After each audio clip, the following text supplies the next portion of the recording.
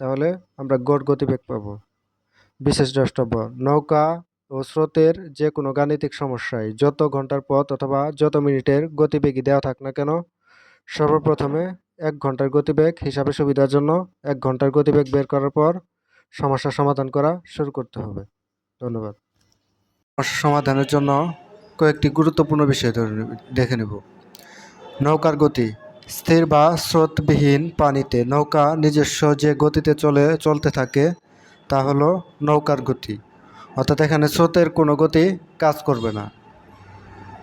যে নদীতে স্রোত নেই এমন নদীতে নৌকা যে গতিতে চলবে সেটি হলো নৌকার গতি, স্রোতের গতি। মাঝিবিহীন নৌকার গতি, অর্থাৎ কোনো নদীতে যদি নৌকাকে রেখে দেওয়া হয় মাঝিবিহীন, তাহলে নৌকা কিন্তু স্রোতের সাথে চলতে থাকবে, অর্থাৎ স্রোত যে গতিতে চলবে সেই গতি